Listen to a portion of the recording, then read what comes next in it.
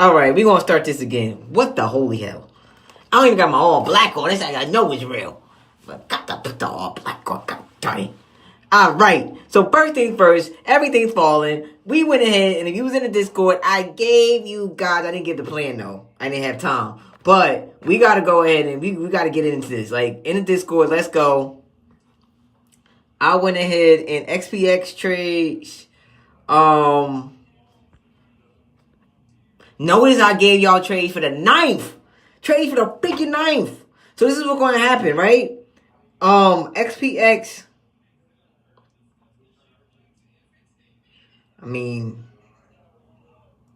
the 8th. I really like the 9th though. That 53. Well, what's the one I give you? Damn, the 5300 on we already went off. So the 5300, when I gave it, it was 155. I was scouting it. Right now, it's like 190, 195. On a pullback around like 170, I'm trying to see if we can enter around there. All right. What we're looking at when it comes towards XPX, VIX, it's trying to go up. Got this demand. VIX go up, then we go down.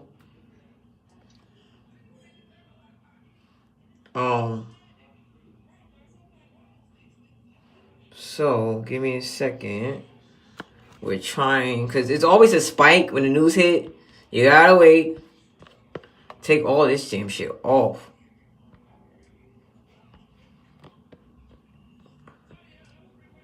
So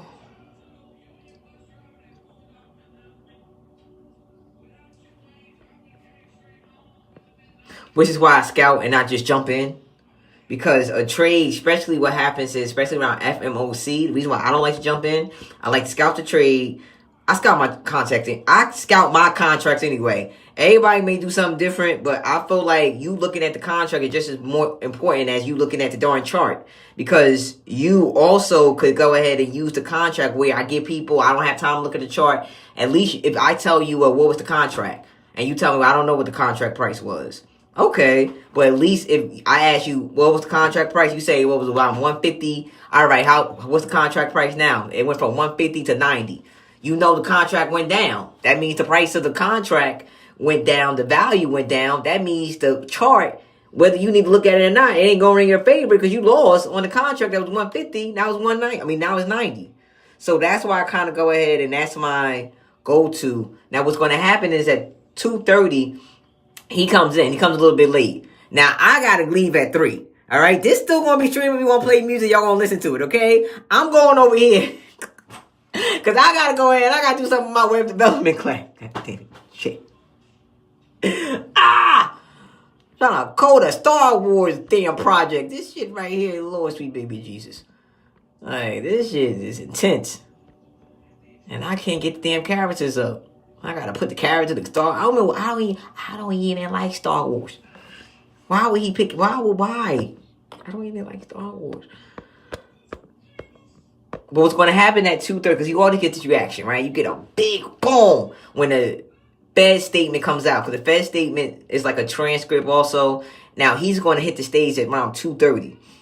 When he hits around 2:30, he's going to be saying, words like, now we already know he's going to leave it unchanged. He leaving it unchanged. That ain't what Donnie Don wanted. Donnie Don wanted him to go ahead and cut the damn rates.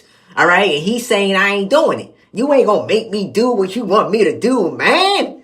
That's what he's saying. This is so funny. That's what he's saying, man. But when I'm trying to tell you, this is the man on the 1 hour on this freaking VIX. And then VIX, once again, when VIX go up, we go down. When VIX go down, we go up. And then if VIX gonna go up, then we going down. But this is crazy to see because usually you have this supply. Now you got this demand coming into play. So that 53 is right where I want it to be. Only reason, so this is a good thing too, right? When I go ahead and when I scout, because I'm most likely, because I didn't see nothing for tomorrow that was worth up on the downside, at least that was affordable to alert. That's the thing too. I can't be giving y'all $1,000 plays because y'all don't have $1,000 portfolio. And one that I like for tomorrow was like $500. Like if I was to pick it on volume and see, they got another one, but that one is like $250. Even that one is going to be expensive.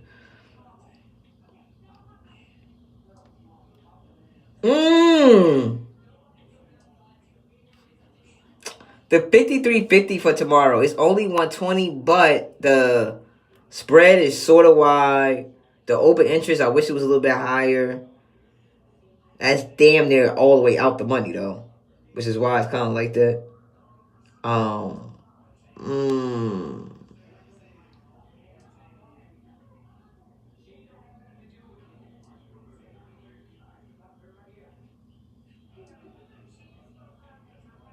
Yeah, that 53. So the 53.50 volume is over 1K. It's like 1,000. Open interest though is like The spread was wild, but it's getting a little closer.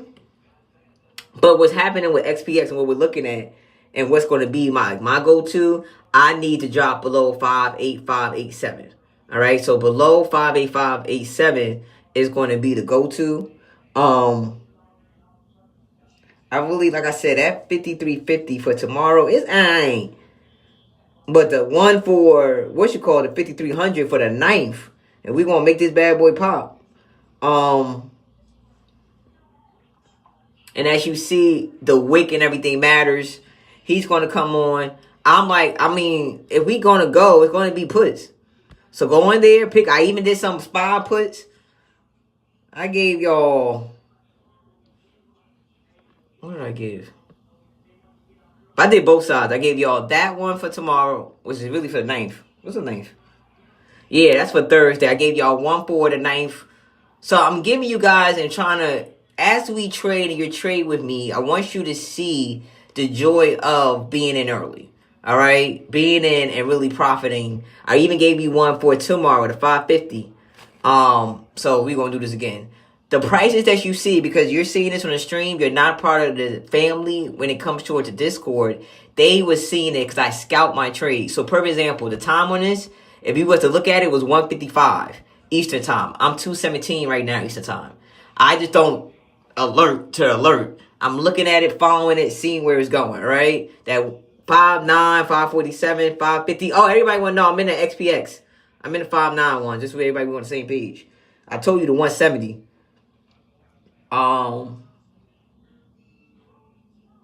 Wait a minute, hold up. Hold up. The XPX is what I'm going to play. Let me say that. The XPX is what I'm going to play if we get the reaction of going underneath the plan of the chart. Hold up. So I'm going to make sure everybody's on the same damn page. All right. So if we go underneath the plan of the 5.5, 8.5, 87, that's the plan, guys. Then I'm playing XPX. I just want everybody to know. I play XPX over SPY because I just like it better. But I will give it out because some people, portfolio is different or whatever. They want to play SPY, whatever the case is.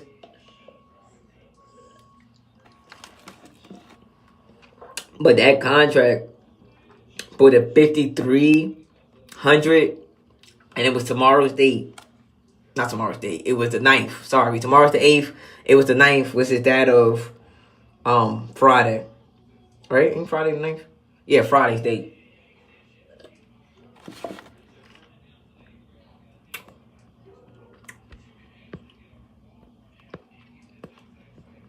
Now, what I'm waiting for, I would love a good, maybe a fair value add.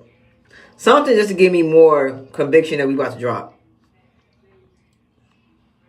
Or we pop. I don't know. But I'm saying, him leaving it unchanged, that ain't what we wanted. We wanted them to cut interest rates. So him leaving it unchanged is what the fuck are you doing? But this is what I'm saying. So when you on this 1 hour, you see this demand, just so everybody could kind of see high all drawings. So we on a demand that was created. I need, me personally speaking, I would love another candle. Once again, this is an hour, so we still have an hour for the candle to produce. I would love for another candle to make way. Now, on the 30 minutes, crazy that I was saying, about fair value gap, we have a bullish fair value gap on the 30 minute. This right here, this little green box is like a rocket. Now, once again, though, it just barely went over the previous daily high at 2509. So that 2511, 2509 area was the previous daily high. And it just went over that at 2537. I need more conviction. I need it to go more, or we reversing. All right. I mean, it could be either or, which is why. See how we playing the damn trade? I got to make sure. I'm like, hold up, wait a minute, goddamn it. Now, I just said that about a supply. Now, when it comes to an XPX, it hit over. And this is why I always tell people, you always got to give yourself that little wiggle room. Because what could happen is, it could go ahead and it could go back over. So that's why I always am very precise. And that's why I use the contract too, just to see. So perfect example, what was that contract at? You would literally go like this. You go to the $5,300 contract. I said May 9th. Perfect example. That contract was like 155. It had jumped on this live. It went to I think 180 or even 190 or something like that. And now it went to 155, right? Now it's at 140. Now 135. You see, what the fuck was the rush to get in? And mind you, I scouted at 155. So no, it's not like, oh, Cousin T, was you scouting at a certain time? No, I mean, I was going to scout the trade regardless. Because I don't jump into the contract. I like to kind of follow them. I don't know. I think this is just good. You follow it. And then, like I said, when it's time, based on my plan with the trading, all right? And based on, because I want to, for me, I would love to see how we close on this next 30-minute candle. We have about 7 minutes and 54 seconds left. As we do so, and I'm looking, right? I see that 5,300 put for May 9th, Friday, right, is coming back to where it was at. So that's why you gotta know, literally, you look at that right now, and I'm a screenshot so people think I ain't freaking tripping. That, at 222, I have it at 150.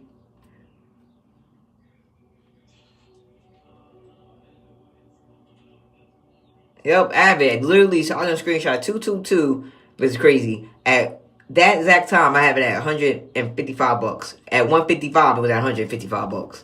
There's somebody that's freaking chasing or rushing to get in and they're not even studying the contract. Study the contract. Whoa. That just went on. This is a freaking thing. Now I'm thinking it's the freaking, what's the thing called? The damn indicator. Because why did it do that? Unless it really did it, validated. We're going to find out. It's the indicator. So anytime that happens, and that happened earlier today, so I may just take this off and put it back on. But when that happens, usually if I go to another time frame, and let's say if I'm looking at it, it just goes away, then usually, especially if it's on a bigger time frame, the small time frame is going to show there too. We are going low. I'm about to get into 5. Show all or move all drawings. All right, so we get into, this is my break, my 5578. This is on 15. That's support, right? That's going to be, now, previous daily low, it went underneath that.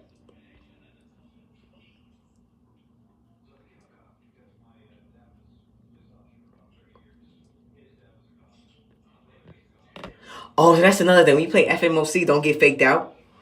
Meaning that some people go in or think the move is at 2. The real move, in my opinion, is not till he get on and he say certain words. But the best day is the next day. Usually FOMC is always on a Wednesday. I don't know why, but usually it is on a Wednesday. I don't know. Unless it's something off on the calendar or something like that. But usually it's a Wednesday. So for me, and when I've been looking at this, I always used to say that the best thing about FOMC is usually the day after. Now, don't get me wrong. There's some days when sometimes FOMC, it gives you nothing. It's just what the holy freaking fuck. So in that case, if that's the case, then that will happen too. But planning a trade 5.57942, I will want the candle, the wick, to continue to go down there or below there, I should say. And definitely back below 58615. Right now with that being at 5.588. Once again, I want 5.586. Under that would be the yesterday's low. All right, under 5.579 will be going underneath the support, which this line has been touched twice already. So, do we bounce from that support or do we break it? Time will tell. But as we do that, let's get into, because he don't never be on time anyway. Alright, so he do this.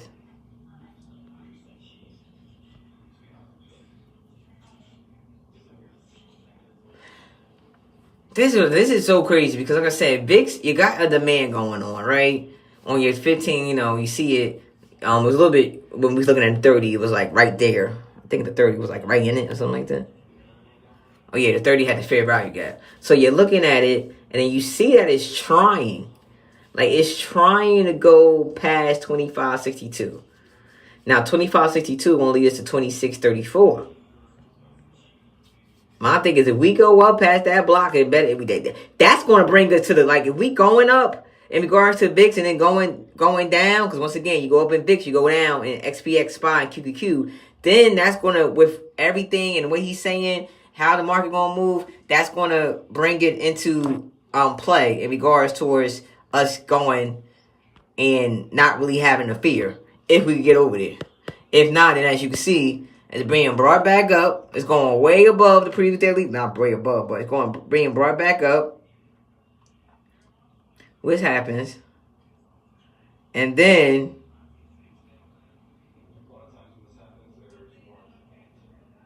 do they bring it back down?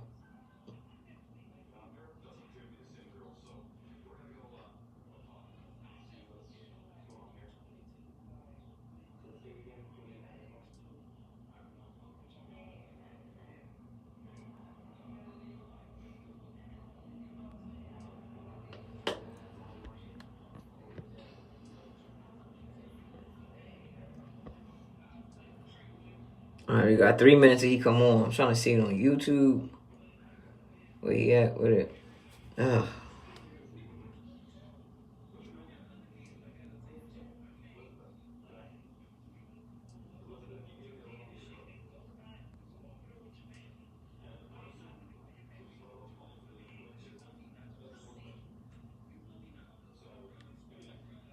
I hate the fact it be like this. Hold on.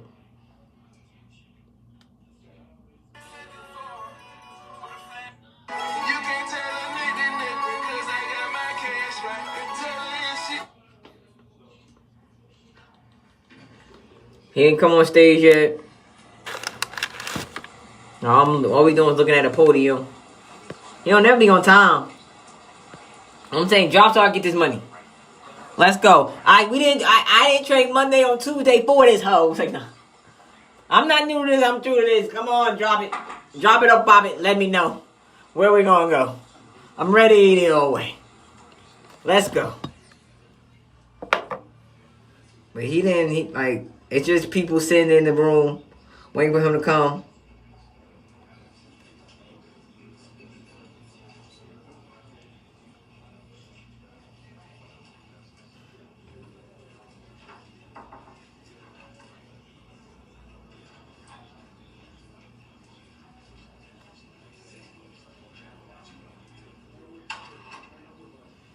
We got 2 minutes to go. Thanks, everyone. You told me we got 2 minutes. 1 minute. They need to put me on the team. Because I don't know about them. Because my time's like 2:29 Eastern time. They up in the White Office. They need to get... I'll be like, give me 1 minute. They couldn't have me there. They could not have me as a press conference reporter. The moment you would have said, you lies, 1 minute. Let's go. I wonder anybody that's in a press conference if they're traders. That would be so dope. It'd be like, you do press conferences and you're a trader too, so you're looking at this like a whole different way. What are we doing? Are we going up? Because it looks like they want to reverse this motherfucker. It looks like they want to reverse it. Only not bringing it back down, bro. Because you know what I say. If we go ahead and that little pullback, we'll make it come back. So if we pulling back a little bit, that means if we drop, we're dropping harder.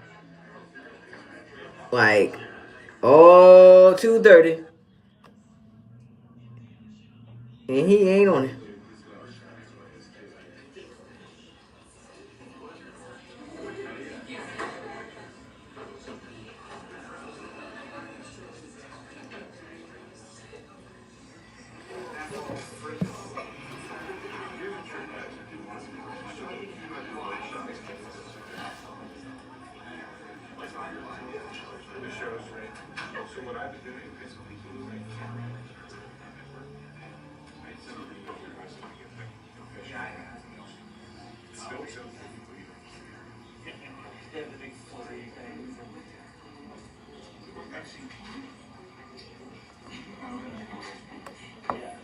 Come on, 231, man. I got shit to do.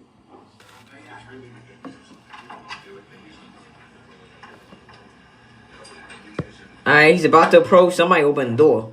Oh, there he go. Oh, shit. But we've been waiting for. My colleagues and I remain squarely focused on achieving our dual mandate goals of maximum employment and stable prices for the benefit of the American people. Despite heightened uncertainty, the economy is still in a solid position. The unemployment rate remains low, and the labor market is at or near maximum employment. Inflation has come down a great deal, but has been running somewhat above our 2% longer run objective. In support of our goals, today the Federal Open Market Committee decided to leave our policy interest rate unchanged. Bam. The risks of higher unemployment and higher inflation appear to have risen, and we believe that the current stance of monetary policy leaves us well positioned to respond in a timely way to potential economic developments. I will have more to say about monetary policy after briefly reviewing economic developments. Pardon me. Following growth of 2.5% last year, GDP was reported to have edged down in the first quarter, reflecting swings in net exports that were likely driven by businesses bringing in imports ahead of potential tariffs. This unusual swing complicated GDP measurement last quarter. Private domestic final purchases, or PDFP, which excludes net exports, inventory investment, and government spending, grew at a solid 3% rate in the first quarter, the same as last year's pace. Within PDFP, growth of consumer spending moderated, while investment in equipment and intangibles rebounded from weakness in the fourth quarter. Surveys of households and businesses, however, report a sharp decline in sentiment and elevated uncertainty about the economic outlook, largely reflecting trade policy concerns. It remains to be seen how these developments might affect future spending and investment. In the labor market, conditions have remained solid. Payroll job gains averaged 155,000 per month over the past 3 months. The unemployment rate at 4.2% remains low and has stayed in a narrow range for the past year. Wage growth has continued to moderate while still outpacing inflation. Overall, a wide set of indicators suggest that conditions in the labor market are broadly in balance and consistent with maximum employment. The labor market is not a source of significant inflationary pressures. Inflation has eased significantly from its highs in mid-2022, but remains somewhat elevated relative to our 2% longer run goal. Total PCE prices rose 2.3% over the 12 months ending in March. Excluding the volatile food and energy categories, core PCE prices rose 2.6%. Near-term measures of inflation expectations have moved up, as reflected in both market and survey-based measures. Survey respondents, including consumers, businesses, and professional forecasters, point to tariffs as the driving factor. Beyond the next year or so, however, most measures of longer-term expectations remain consistent with our 2% inflation goal. Our monetary policy actions are guided by our dual mandate to promote maximum employment and stable prices for the American people. What's At Big today's doing? meeting, the committee decided to maintain the target range for the federal funds Oh, rate Vic's is dropping his at ass. 4.25% to 4.5%, and to continue reducing the size So of the Vic's balance dropping. It went past The new 24.63. administration is in the process of Hold implementing up. substantial policy changes in 4 distinct areas: trade, immigration, fiscal policy, and regulation. It's crucial to see if this is like I said. We already went ahead and we were going down. Then we went ahead and he comes on. We coming back up a little bit. All right. Are we going to go ahead or are we going to dump further than what we did when we already was going down initially? So that's, or are we going to go up? But this is my thing. We hit 24.41. Then we get into 24.33. 24.14 is really key. But like I said, this could be just, this is what happens. It goes up a little bit. And then if it comes down, it's coming down harder than what the hell we was. Coming down harder than what it was. This is why I don't like to get in the contract and just chopping it. Because I ain't got time for the okie dokie. I ain't got time for this okie dokie. And messing up my money and my flow. Oh no.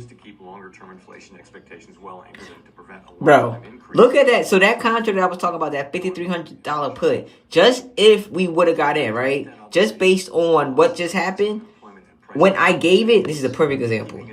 I gave that damn $55 put. When I was showing it to y'all at $155, it was, damn, that's crazy. At $155, it was $155. Ain't that a bitch? And now, if you was to go to, it's about $90, $95, $88. It's between $88 $90. The price of the contract went down. So therefore, I may not be able to look at the chart or even understand the chart, but at least I'm studying the contracts to know, all right, the contract value went down. That means obviously puts wasn't working within a scenario where, okay, I gain money. Instead, calls was working because obviously if I'm in the downside and I was looking at something where the contract was $155 and now that contract is $80 or $83, it lost value. Throughout this process, we're open to new ideas and critical feedback, and we will take on board lessons of the last 5 years in determining our findings. We intend to wrap up the review by late summer. So, Spy, this is my thing. I want to see how Bix hit this 24.10, this 24.14, this 24.14, 24.10. I need to see because I want him, like, if we going up, then we going up. You know what I mean? But I wanted you to show you how I feel like you shouldn't rush into your contracts. I was planning it. The thing, now this is the upside. The upside is if we go over 561. 561 is going to bring us back to 563, the previous daily high. If we go that route. I look forward to your questions. Steve Leisman, CNBC. Thank you, Mr. Chairman, for taking my question. A lot has happened since the last meeting. There's been tariffs put on, tariffs taken off, and meanwhile there's a bill advancing in Congress. And I just wonder if I could press you on the last part of your statement. Are you any closer now to deciding which side of the mandate is going to need urgent care first? Well, so as we noted in So this is another thing I like to do. Statement post-meeting, I got playing both sides, right? I was looking at the call side and the push side. You trade both ways with options. What I like to do is me looking at the call side, I'll go back, especially if I look at something that's kind of over what I will usually alert for you guys. Then when I do that, it gives me the opportunity of going ahead and basically looking at it and saying, all right, I was looking at that 57.50 call around 159 and it was $275. All right, now if I was to look at it now, how much is it? 175, like 165. So that right there is another way. Like, look, you initially will look at a contract, always out my budget. Follow the damn contract. Study the contract. Because if you study the contract, especially when it's time to enter, then you're getting it. If it's time for calls, we don't win. Calls. If it's time for calls, that was 275, right? Now it's 180. the sort of distortions in Q1. If it goes, I mean, don't get me wrong, I lost 100, so that means obviously you wasn't doing something. But you were scouting and you're getting a better understanding. The reason why it would have went down in value in regards to because right here, I can tell you all that would cause it to go down. Modestly or moderately restrictive. Oh, shoot. Restrictive than it was last fall. And so we think that leaves us in a good place to wait and see. We don't think we need to be in a hurry. We think we can be patient. We're going to be watching the data. The data may move quickly or slowly, but we do think we're in a good position where we are to let things evolve and become clearer in terms of what should be the monetary policy response. Nick. Oh, waggity whack. Some who argue that the current situation. So the thing is, we energy costs are going down, between 559 and 560. We need to break one of these for us to really know what's going on. If we doing something. What do you see right now that could nourish higher inflation beyond a rise in goods prices this year? I think the underlying. So VIX hit my 2441. Is it gonna go past my 2433? Because it go past my 2433 and definitely past my 2414, then I'm going to see 2407, 2397. And if I see 2397, then I could get to 561 on spot probably, or maybe over 560 at least. I think.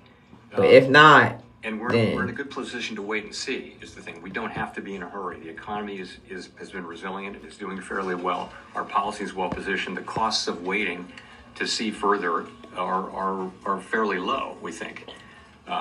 So that's what we're doing. And we'll see.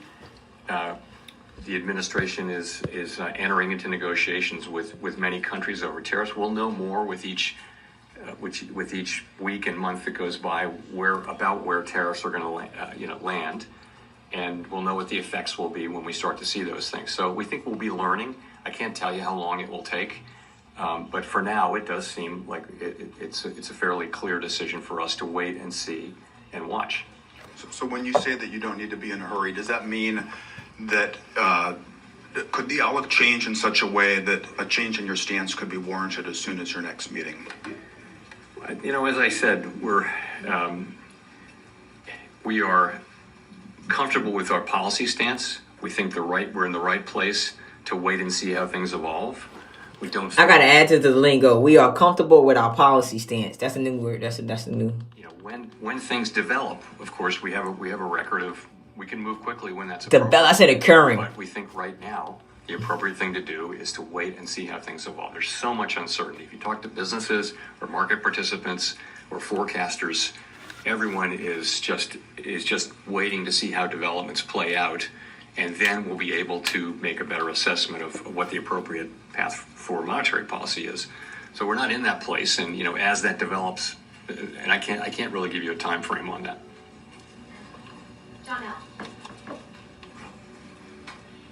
Janelle Marte with Bloomberg.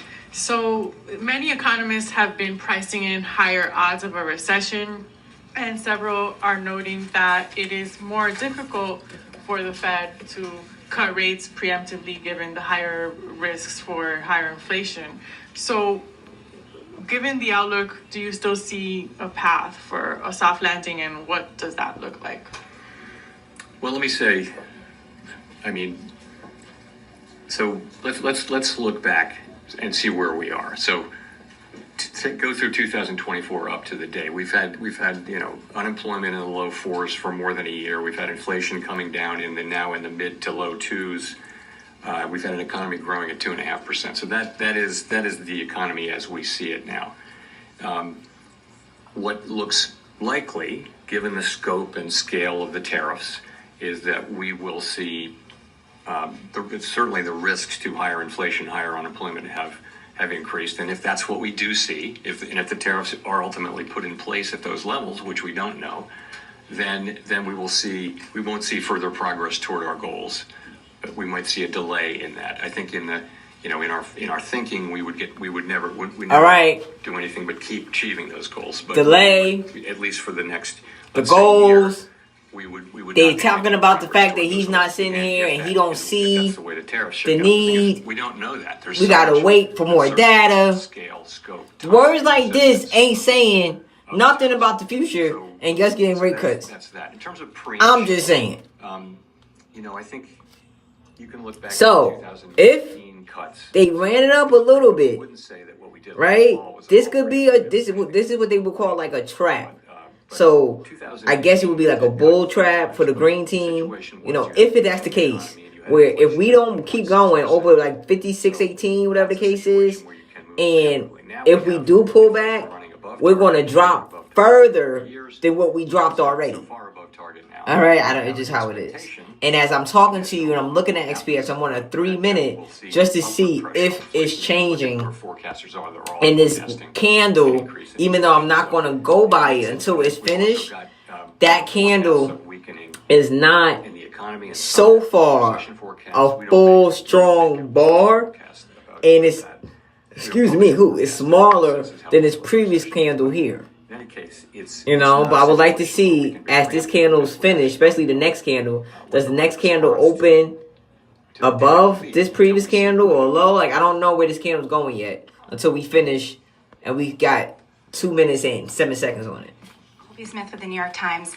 How much weakness does the committee need to see, though, in the labor market and the economy more broadly to lower interest rates again? Is it about a certain increase in the unemployment rate over a period of time, or perhaps a certain number of negative? It's not a certain time. It's when the thing is going, how he's answering it, the questions. Like, it's the projection of, okay, those people, journalists, the people that's in the press is there asking questions. All right, what do we need? All right, he's saying this is what I'm looking at. The employment is good. He don't see a need to go ahead and cut interest rates. He don't, and he's saying there's not enough fucking data. The information on the tariff is so new. You need enough data to see how it's really going to affect it. You know what I'm saying? What I'm saying is the damn thing done ran it up, and then we run this thing back down. I hope we don't chop. I just want, because what happened is, if we run it back, then we gonna come right back where we was at, back to, and then we drop in, and then right here would be can we go underneath that? Assessment will be rooted in a forecast versus data dependence. It would be a combination of the two. I mean, let's just say this would be a complicated and challenging judgment that we would have to make. We're not in this situation, but the situation is if the two goals are in tension. So let's say that unemployment is moving up in an uncomfortable way, and so is inflation. That's not the situation we're in, hypothetically. But we would look at how far they are from the goals, how far they're expected to be from the goals, what's the expected time to get back to their goals. We'd look at all those things and make a difficult judgment, and that's in our framework. It's always been in our thinking. We haven't faced that question in a very long time. So when we go back to 556 to make, and not one that we face today, and we may never face it, but we have to be keeping it in our thinking now.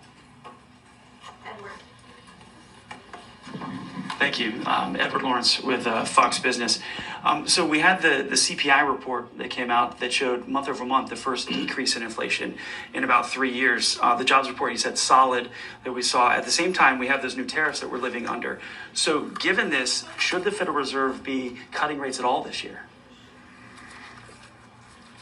It's going to depend. I think you have to just take a step back and realize this is why we are where we are. We're going to need to see how this evolves. There are cases in which it would be appropriate for us to cut rates this year. There are cases in which it wouldn't. And what? I know you was damn lie. We just don't know until we know more about how this is going to settle out and what the economic implications are. And I got a one-on-one. Oh my god! And for I'm telling the one-on-one we're gonna be losing today. So I ain't gonna hold you. I'm gonna put.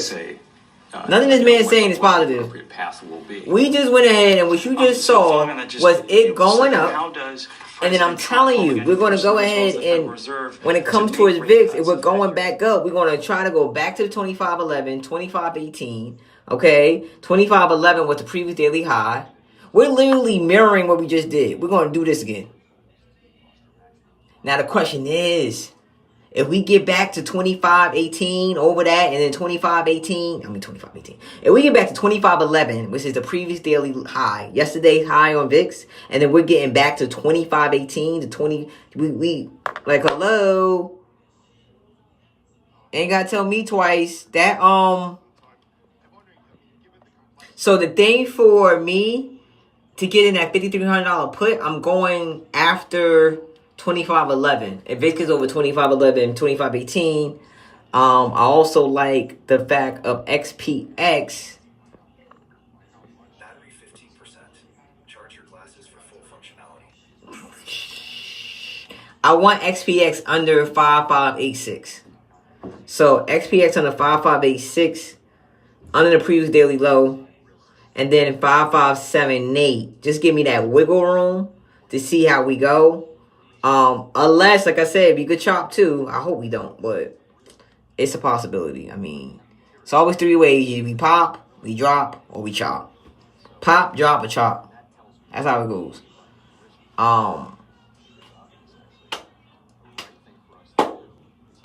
But the thing is, it tried at 5591. And then the upside, once again, we need to get it over 5618. Yeah, 5618 for the upside. At least to even entertain 5624.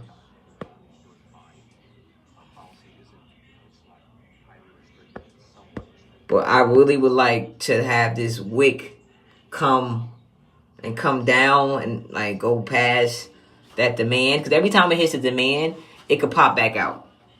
So I don't want to, and if it's going to try for the demand again, I would like for it to try it in the demand at the 55.91.67. The only thing is the bars, as the bars are going, the wicks are showing. So the bars are going, the wicks are showing. So that's a reason on why, unfortunately,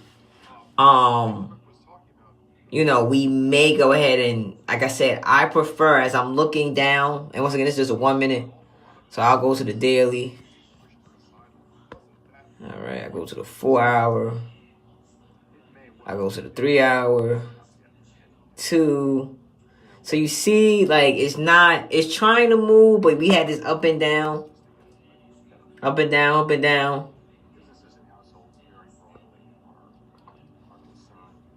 Got that 30 minute and 15. Oh, I go to 45. 45. 30, 15, 5, and 15. On that 15, you have like those candles are going up. Now you're going back down. So you really want to go ahead and your 5, 5, 8, 6, 15 would be kind of like, ooh, what we doing? Because it's going underneath the previous daily low. And then your 5, 5, 7, 8, 7, 2. That's the support. If it breaks that support, if it breaks that white line right here, then you're going to be on the downside. But the upside would be 56.18. Same thing with XPY. Your upside is, if we got to go back to at least 560 just to entertain the upside, to be honest with you. Now we can't get back to 560.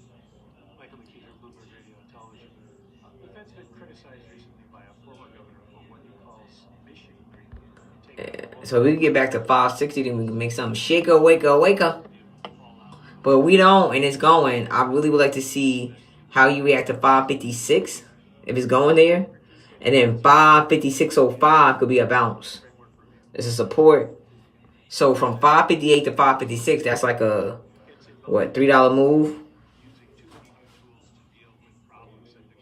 Or $2 move, actually. And 556.05. So nothing like we need a break.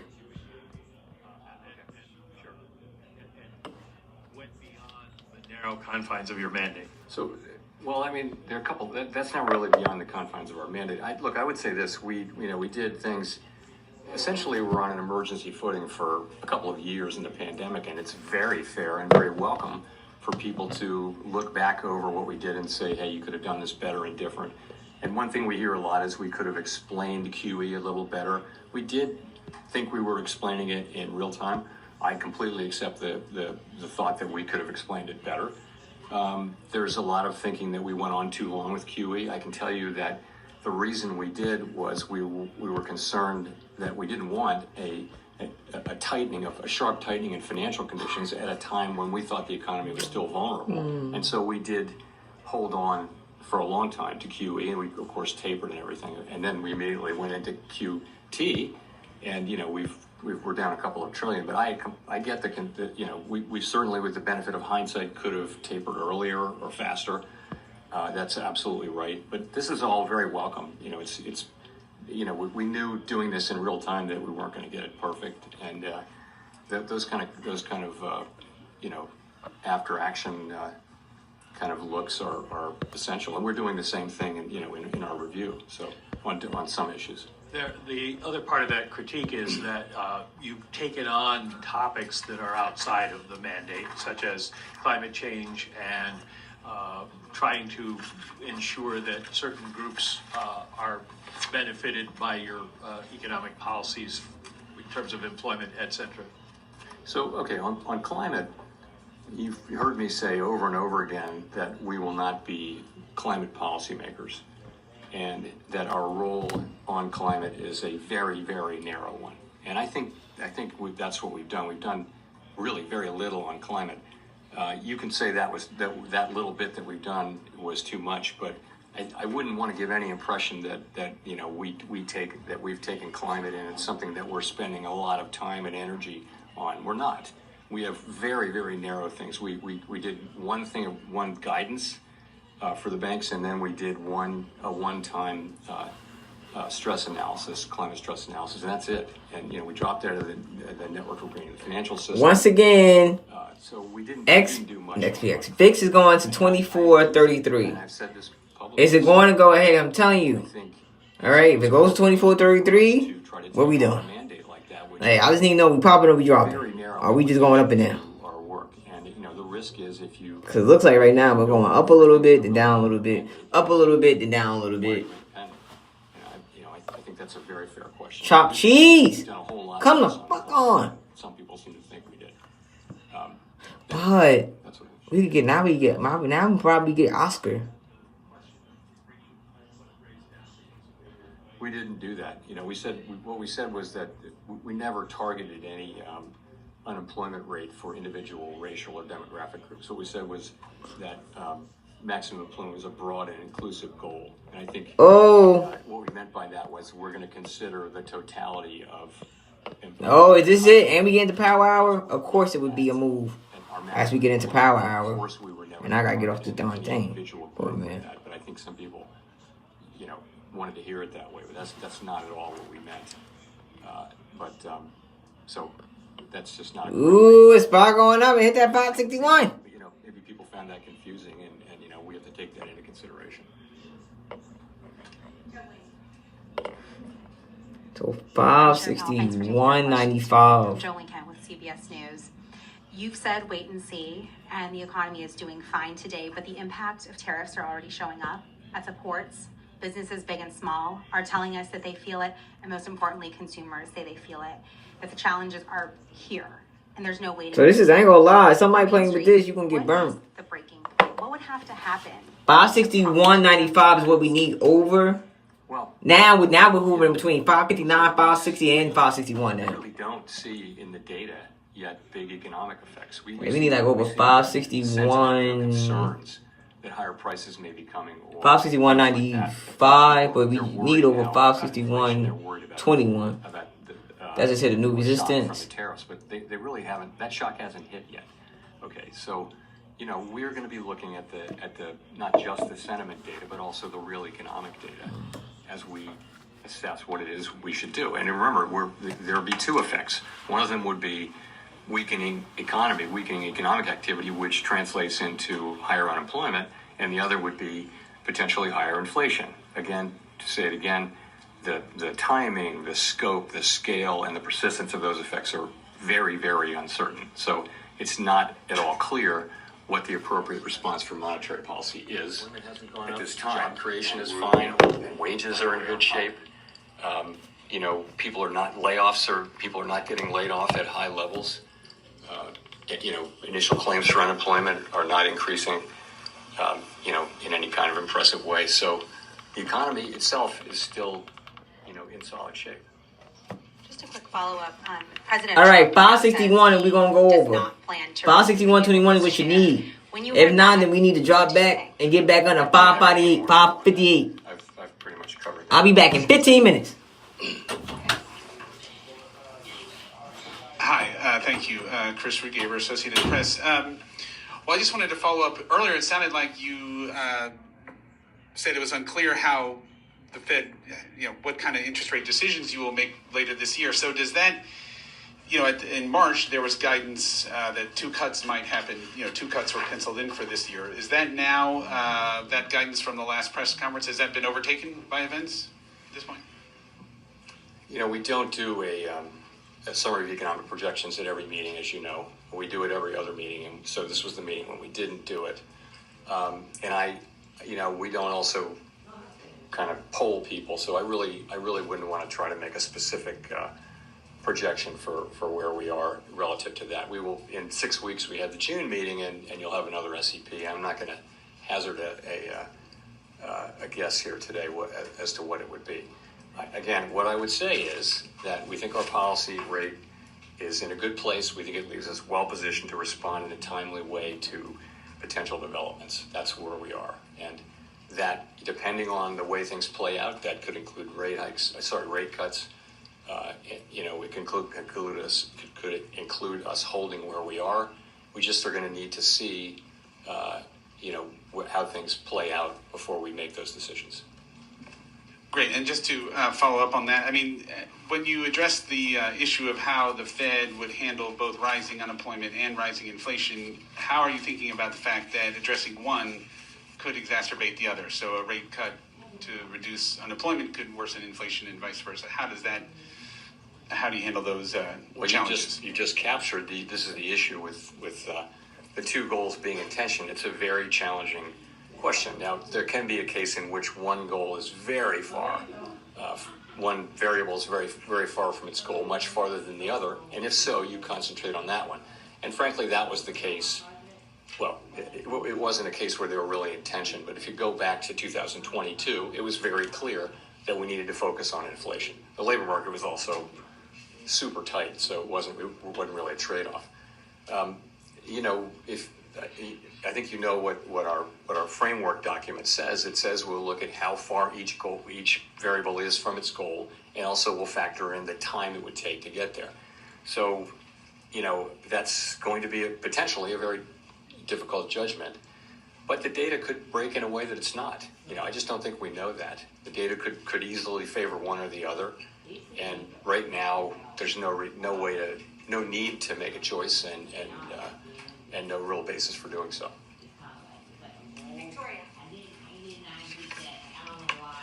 Hi, Victoria Guido with Politico.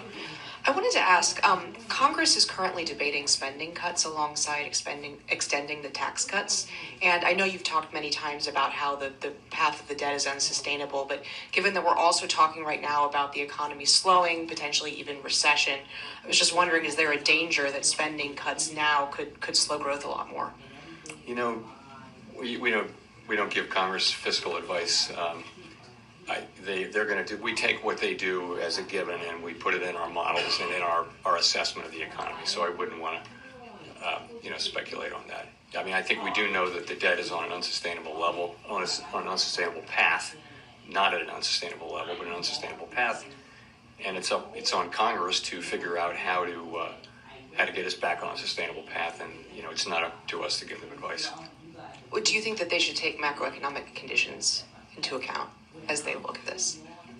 I think they don't need my advice and our advice on how to do fiscal policy any more than we need their advice on monetary policy.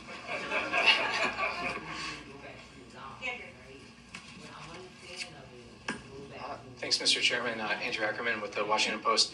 In your Jackson Hole comments last year, you said you would not welcome further cooling in labor market conditions. The unemployment rate then was 4.2%, which is what it is now. Many forecasters now predict a higher jobless rate. How has your tolerance for weakening labor market conditions changed compared to a year ago? So it was quite a different situation. What was happening last year is that over the space of 6, 8, 7 months, the unemployment rate went up by almost a full percentage point.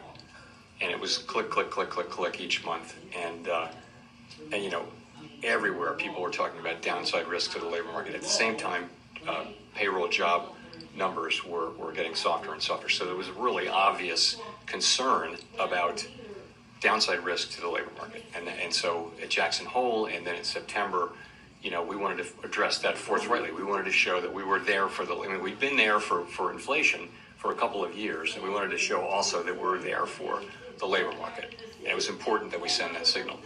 Fortunately, since then, the labor market has really, and the unemployment rate have really been moving sideways at a level that is, you know, well in the range of mainstream estimates of maximum employment. So that concern has gotten a lot less. So, you know, you're at 4.2% unemployment. I think we were in a very different situation. Now we have a situation where, you know, the risks to higher inflation and higher unemployment have both gone up, as we noted in our statement, and we've got to monitor both of those. We actually have a potential situation where there may be a trade-off or tension between the two, potentially. We don't have it yet, and we may not have it, but that's what we have, and that's why I think it's a very different situation. I mean, I guess I want to follow up by asking how much of a rise in the jobless rate you could tolerate. Yeah, I can't give you I'm not going to try to give you a specific number. I'll just say we have to now be looking at both variables and which of them is you know, demanding. If one of them is demanding our focus more than the other, that would tell us what to do with policy. If they're more or less, you know, equally distant and equally or not distant, then we don't have to make that assessment. You know, the assessment is you wait. So I'm not going to try to be really specific about what we need to see in terms of the number. But if we did see, you know, significant deterioration in the labor market, of course that's one of our two variables, and we would look to be able to support that. You'd hope that it wasn't also coming at a time when inflation was getting very bad. And again, we're speculating here. We don't know this. We don't know any of these things. It's very hypothetical. We're just going to have to wait and see how it plays out. Thanks.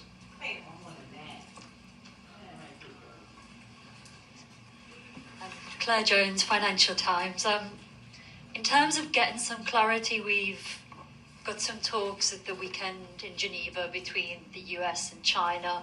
A lot of economists are attaching an awful lot of importance to what we hear from those talks. How much importance are you attaching to them in terms of judging what will happen to the US economy going forward? And just in a similar vein, some economists are saying it's days, not weeks, that we have until we start to put the US economy at risk of seeing the sort of pandemic-era shortages and higher prices if we don't kind of soothe relations between the US and China. So it'd be good to have your view on that too.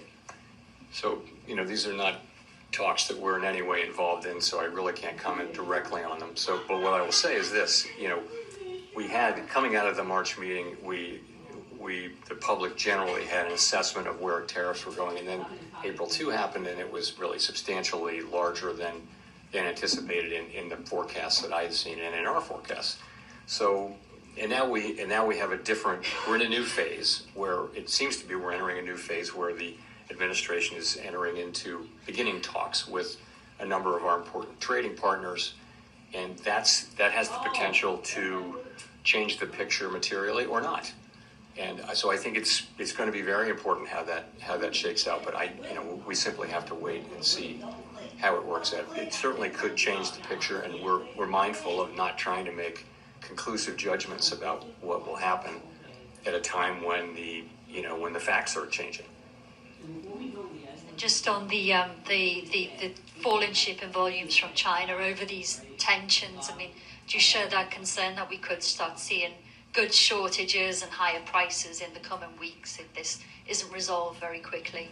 You know, I don't want to get we shouldn't be involved even verbally in the questions about the timing of these things. Yes, of course we follow all that data. We see the shipping data, we see all that, but ultimately this is for the administration to do. This is, this is their their mandate, not ours. And I know they're, as you can see, they're again beginning to have talks with many nations, and that has the potential to change the picture materially. So we'll just have to wait and see.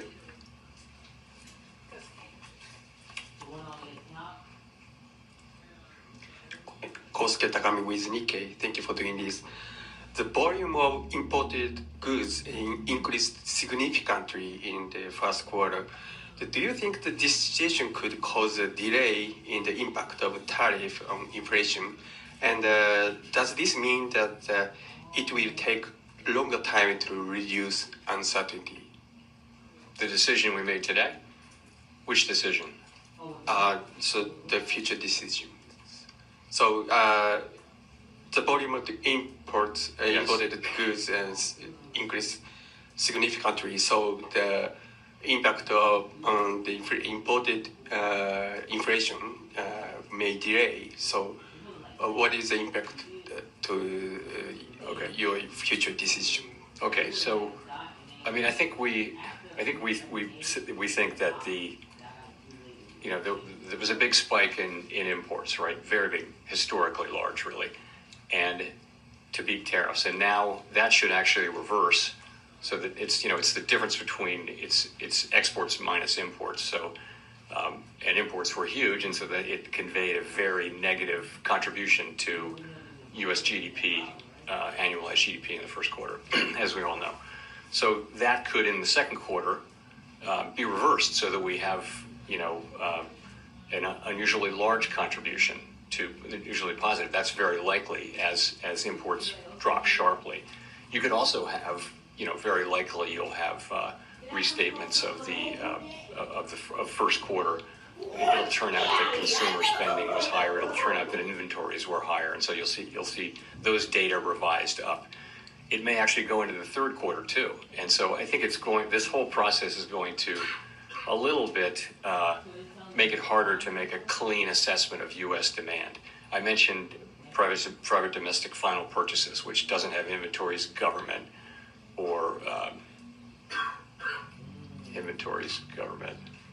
Anyway, it's a cleaner read on private demand, but that too probably was flattered a little bit by strong demand for imports to beat tariffs. So that might overstate. It's a really good reading, 3% PDFP in the first quarter. That might actually overstate. So it's not really I don't think it's going to affect our decisions. I will just say, though, that it's a little confusing, and it's probably less confusing to us than it would be to the general public as we try to explain this. It's complicated, and GDP is sending a signal, PDFP is sending a signal. It's a little bit confusing, but I think we understand what's going on. It's not really going to change things for us.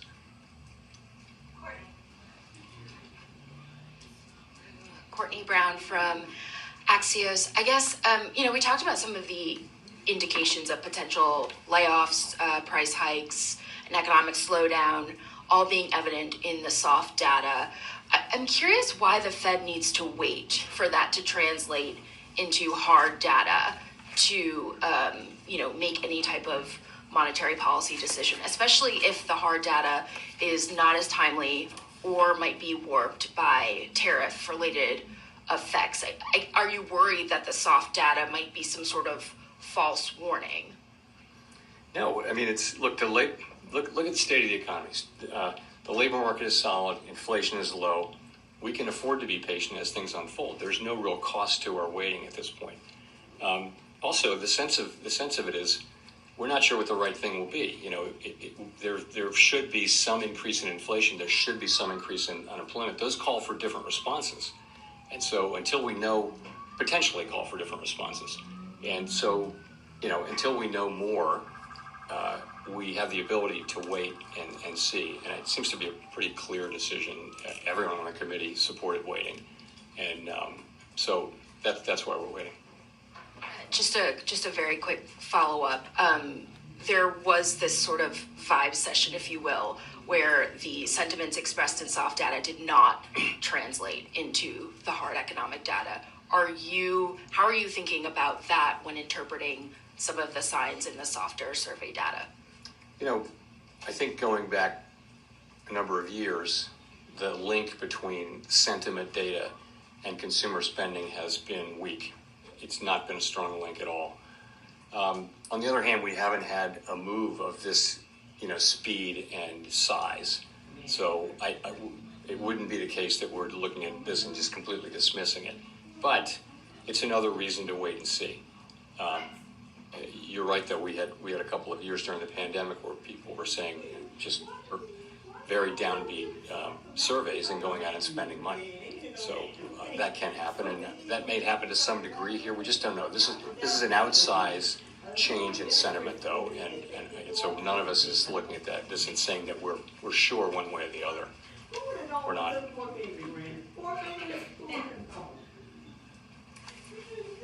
Thanks, Chair Powell. Matt Egan with CNN. So you mentioned earlier that you were monitoring the shipping data, and we have seen in the shipping data that imports from China into the Port of Los Angeles have plunged, and that has raised concerns about potential shortages. What tools, if any, does the Fed have to ensure that prices and inflation expectations don't get out of hand if tariffs do cause significant supply chain disruptions? I mean, we don't have, the kind of tools that are good at dealing with supply chain problems. We don't have that at all. That's a job for the administration and for the private sector more than anything. What we can do with our interest rate tool is we can be more or less supportive of demand, and that'd be a very inefficient way to try to fix supply chain problems. But we don't see the inflation yet. We're of course reading the same stories and watching the same data as everybody else, and right now we see inflation kind of moving sideways at a fairly low level. If I could follow up on that, President Trump has indicated that he will likely name a replacement for you when your term as chair expires next year. But your position on the board runs through January 2028, I believe. Would you consider remaining on the Fed board even if you're no longer chair? So I don't have anything for you on that. My whole focus is on, and my colleagues' focus is all on, trying to navigate this tricky passage we're in right now, trying to make the right decisions. We want to make the best decisions for the people that we serve. That's what we think about day and night, and this is a challenging situation, and that's 100% of our focus right now. Let's go to Jennifer for the last question. Chair Powell, Jennifer Schonberger with Yahoo Finance. Public records of your schedule so far this year show no meetings with President Trump. Past presidents Obama, Bush, and Clinton have all met with Fed chairs, and you met with Trump during his first term. Why haven't you asked for a meeting yet with the president? I've never asked for a meeting with any president, and I never will. It's not. I wouldn't do that. There's never a reason for me to ask for a meeting. It's always been the other way. So would you want to meet with him if given the opportunity to get more information? It's never an initiative that I take. It's always an initiative. I don't think it's up to a Fed chair to seek a meeting with the president, although maybe some have done so. I've never done so, and I can't imagine myself doing that. I think it's always comes the other way. A president wants to meet with you, but that hasn't happened. And if I could just ask one question on monetary policy. When it is time to cut rates, how will you determine how far down rates will have to come to try to keep a balance on the inflation mandate as employment weakens? I think once you have a clear direction, you can make a judgment about how fast to move and that kind of thing. So it's really the harder question is the timing, I think, and when will that become clear? And fortunately, as I mentioned, we have our policy in a good place, the economy's in a good place, and it's really appropriate, we think, for us to be patient and wait for things to unfold as we get more clarity about what we should do. Thanks very much.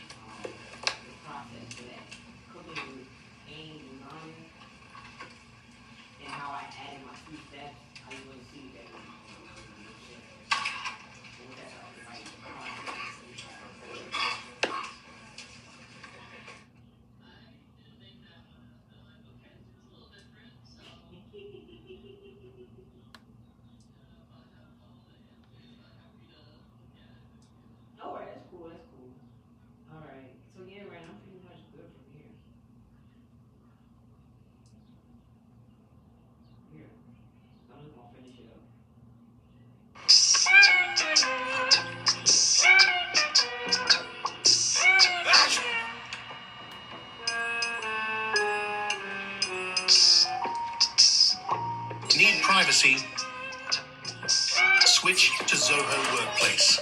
business is none of our business.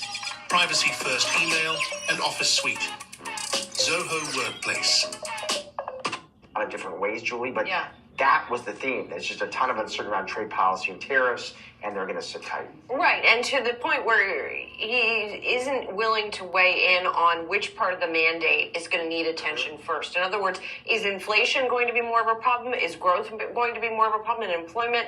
He doesn't know. He's not willing to talk about that. And so the other theme is, again, that they, and this is a theme that is not new to this press conference, they have the time, right? Because the economy right now is on relatively solid footing, they have the luxury of waiting. And he also said they weren't going to be preemptive in their moves. They were going to wait to see what the data shows and then move as a result. And to your point, that was actually the very first question of the conference. Any closer to which side of the mandate will need urgent care first, as the reporter put it. And Powell saying the risks have risen for both. How it shakes out, he said, again, that word uncertainty, but he emphasized, and this was another thing, policy rate in a good place as he awaits data and clarity. Yeah, and as we look at the markets in the wake of the press conference here, not seeing a big difference where we were before. I mean, we did see the S&P slip into the red a little bit. Now it is back higher, but really a pretty narrow range and not much change overall. The Dow near its highs of the session. I believe stocks overall near their highs of the session, but still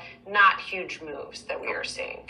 All right, well, Fed Chair Jerome Powell wrapping up a press conference, the Fed leaving interest rates unchanged in May. For more reaction, we're going to bring in Michael Aroney, Chief Investment Strategist at State Street Global Advisors, and Luke Tilley, Wilmington Trust Chief Economist and former Philadelphia Fed Economic Advisor. Luke, I'll start with you. Jay Powell has spoken, Luke. You were listening. What'd you make of it? What'd you learn?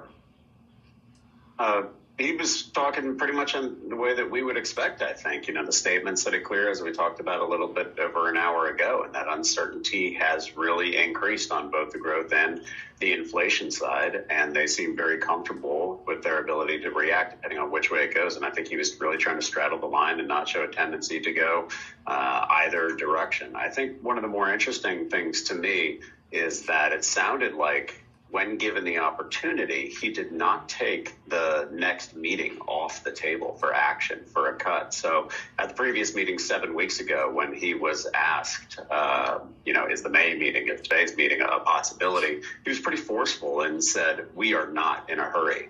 And given a similar question today about whether action could be taken at the next meeting, he wasn't as forceful. He wasn't trying to communicate any kind of certainty there. And they're never going to say point blank that a meeting is off the table. But he sort of made it sound like it was possible. And I think that they're bracing themselves for what could be a pretty quick change when we see the tariffs flow through to activity and to labor market data.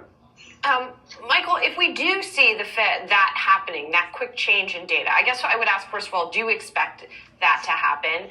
And do you expect the Fed to be, if it does cut rates, how much is that actually going to help? I mean, I know you're more on the investor side than the economist side, but I'm curious to get your take. So I don't think that the Fed will aggressively cut rates. It seems like it'll be a methodical approach to this. And I don't think that the data will change all that much between now and the next meeting. I think Chairman Powell kind of addressed that. Now, personally, I have two bones to pick with Chairman Powell. First, in November, he said that the Fed doesn't guess, doesn't speculate or assume. But yet when it comes to tariffs, that's exactly what they're doing. They're assuming the tariffs are inflationary. And in fact, that wasn't the case in 2018. They were not inflationary. And we all talk about this notion that tariffs are a tax, and taxes reduce economic growth. And so for me, I think there's this kind of misplaced fear that inflation will be rising. The second part of this is I disagree with this notion that we're in a good place already and we have time to wait. It's almost as if we're waiting for the accident to happen before we react. And that's what I'm most concerned about. So at 4.25 and 4.5 and your core inflation measure at 2.6, you already have the opportunity to cut rates 3 to 4 times, 25 basis points each, and still be 1% above your preferred measure of inflation. So to me, I think the Fed... Look at that. One job. Make the damn thing pop a job. The Fed and my two big concerns... I'll go $50 million. So, Mike, let's just put a fine point on this. So you think the Fed is too late, and you are much more concerned about growth? Absolutely. I think that the inflation fears are misplaced. I think inflation's cooling. I have the PCE numbers here in front of me. So it was 2.9 in December, 2.7 in January. Certainly we had a little bit of a hiccup in February. It was 3.0. This is core PCE, what we all claim is the Fed's preferred measure. We're at 2.6, and we had a 0.0 month over month in the most recent month. So the fears, and somebody asked them this during the press conference, the fears are that it's tariffs that will result in an uptick in inflation. There's no other data that suggests that this inflation will tick up other than that. And I just disagree that tariffs will be inflationary. In fact, I think that that's a mistake. It's a mistake they made in 2018. So the Fed never hurries until it's too late, and then they have to catch up. And I'm afraid that might be the case this time around as well. Luke, let's bringing you back in here. Do you know, you've been listening there. Do you share Michael's views and broad concerns there? Well, I certainly don't think that inflation is a problem. Total PCE down to 2.3%. When you remove the shelter component, which we know has this weird lag that takes a long time to catch up, but the entire PCE minus shelter, the Fed's already been at their target for 12 months. And like Michael, I don't think that there's any threat of it advancing higher. I don't think consumers are in a strong enough place to push inflation higher. I understand why the Fed would be guarding against the upside. They don't want to make that mistake twice. And then the other thing is, if they're late by one meeting or two meetings, there's not a whole lot that 25 basis points or 50 basis points is going to do to help the economy over the course of 7 or 14 weeks, because the recession that we think we're heading into has to do with a very large tax. It's 2.6% of GDP, $780 billion based on 2024 trade.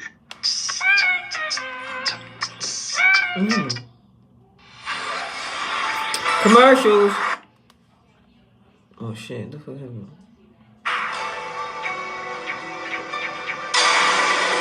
Alright, so this is what we doing.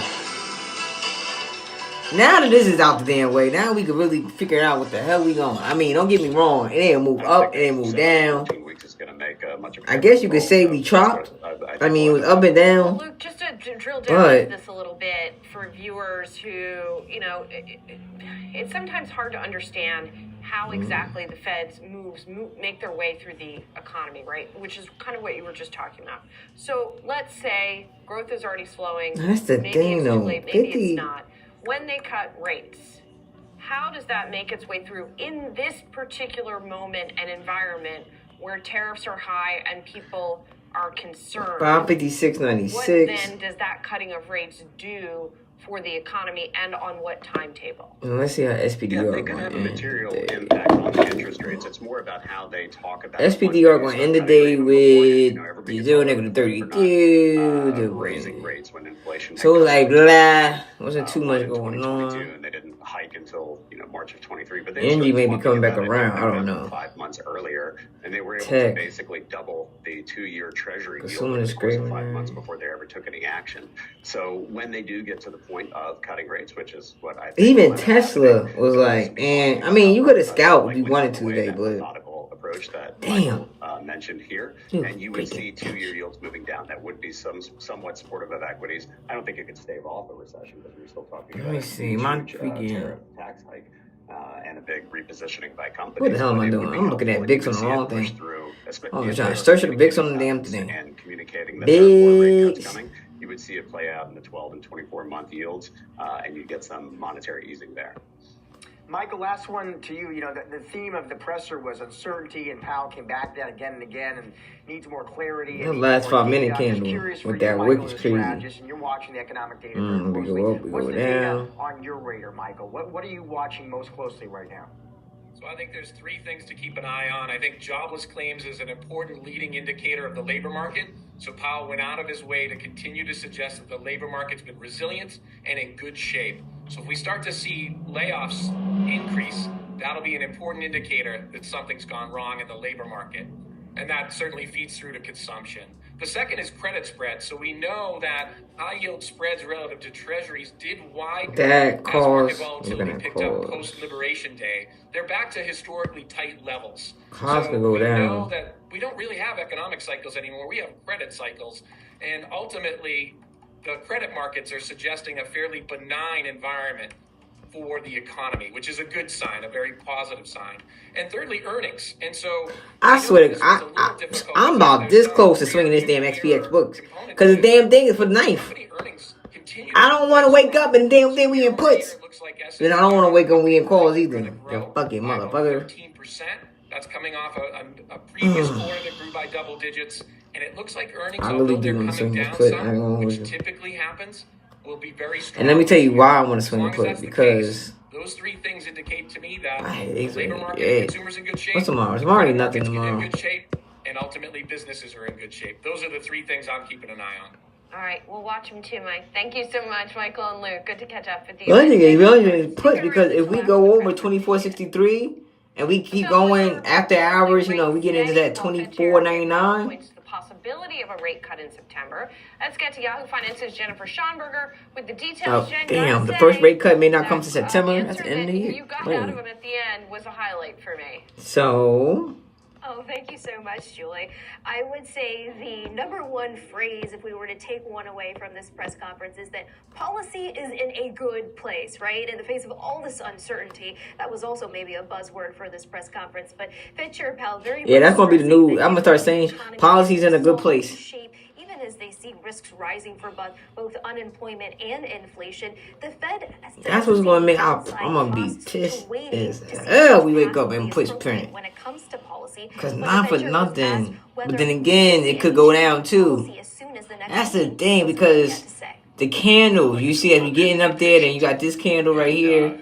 When things develop, that's forming. We have a on your 1 minute, it's got 45 seconds left. But we think right now, the appropriate thing to do is to wait and see how things evolve. There's so much uncertainty. If you talk to businesses or market participants or forecasters, everyone is... Only thing is, it's not a smooth ride. If it gets over 2463, you're only going to get to 2473 before you drop down. Now, if tariffs were to remain in place, and Powell stressed and there's a lot of uncertainty down, about that. Certainly, there are negotiations with China that are expected to kick off this weekend. But if they were to remain in place, then he says the Fed would anticipate higher inflation, higher unemployment, and lower growth.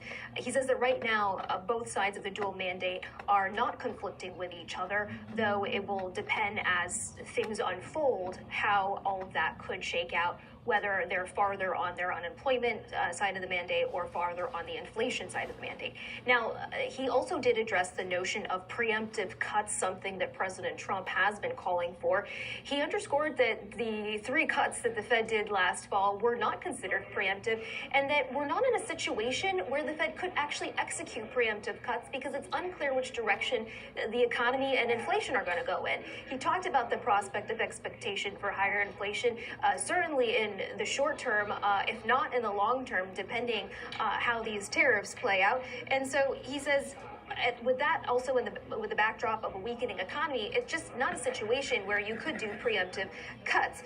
As for what the Fed would look for when it comes to cutting rates and a deterioration in the job market, he says it will be the level of speed with which the unemployment rate increases, but also just looking at the totality of the data. And guys, I did ask the Fed chair why he hasn't requested a meeting with President Trump this year. So far, no meetings have been revealed on his schedule. Listen to what he had to say. I've never asked for a meeting with any president, and I never will. It's not, I wouldn't do that. There's never a reason for me to ask for a meeting. It's always been the other way. So would you want to meet with him if given the opportunity to get more information? It's never an initiative that I take. It's always an initiative. I don't think it's up to a Fed chair to seek a meeting with the president, although maybe some have done so. I've never done so, and I can't imagine myself doing that. I think it's always comes the other way. A president wants to meet with you, but that hasn't happened. And we'll await whether we see a response from 1600 Pennsylvania Avenue. Back to you. Or from our screens, most likely. Or via our screens, we should say. No, I don't want to scream. Thank you. I just want to punch this man in the face. Thank you. My guy. Like, what are you doing here? Trump, tweet something. Trump, send a tweet. Go tell this. Now is the time, Trump. To say how much you don't like the man, so you can go ahead and say you're going to make America great again. So do something. Fuck. Make me waste my damn time. Where the hell? What's one? Oh, PLTR was another one we're gonna get into. Now we about to get in these swing trades. I ain't got that fucking time. They playing with my goddamn emotion. So Planetary had earnings. They beat earnings, but they flopped. Like they beat earnings, everything was good, and the damn freaking thing still freaking tanked. Which is why I hate earnings sometimes. Your child may be getting A's and B's. Because just because the earnings report is good, that don't mean shit. The shit will still tank. New Jersey test scores show a majority of kids are actually behind in math and reading. And if you think it's So this is the thing. I want it. I really want it. I mean, you catch any sign, honestly. The skills they need, and most parents don't even know. So I feel like if you would get under 108, and then you're getting to 107.57, you're gonna drop more with Planetary. I have a precise plan on that one. So I'm looking at Planetary for the downside, and then we come back and catch it on the upside. Hims pissing me off because I was waiting for Hims to get over 50 for the longest, and the fact that it went over about $2, and now it's coming right back to 50, 55. Oh. So with Hims, I'm trying to see if we get under 49.41. If we get under 49.41 and then break 49.32, then I'd rather wait till the bounce on the upside and on the downside. I feel like, well, I feel like, but based on the chart wise, I don't want to say what I feel, but chart wise, we upside, you gotta keep getting over 50.55. Now, honestly, it's 51.75. So 51.75 is definitely needed. 50.55, you can't get to 51.75, you don't get to 50.55. So that would be needed for the upside. Downside, 49.41, I'll be looking at that. 49.32, underneath that, I'm interested for and see how we react to 48.83. Because the thing is, 49.32 is enough to get us to 48.83, but because it's support, it's in demand, it could bounce from there, and we won't get to 48.52. With key nutrients to help support my goals. I can't believe. I know damn well. So this is another thing too. We better not get a pop the last 15 minutes. We better not get a pop the last 15. I'm going to be upset if we get a pop the last 15 minutes.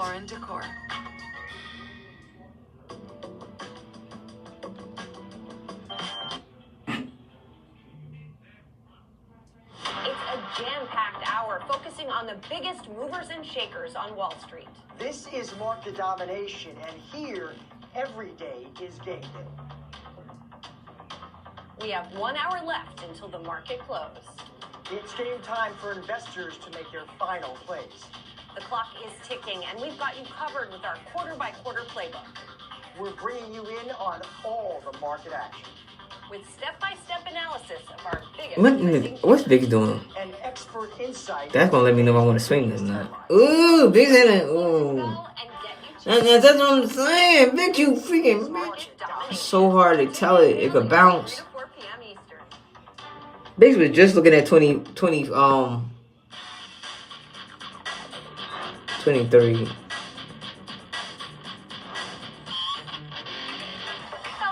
To Market Domination. I'm Julie Hyman. That's Josh Lipton live from our New York City headquarters. We got under 30 minutes to go until the market close. So let's take a look at the major averages in the wake of the Fed's hold on interest rates and the press conference.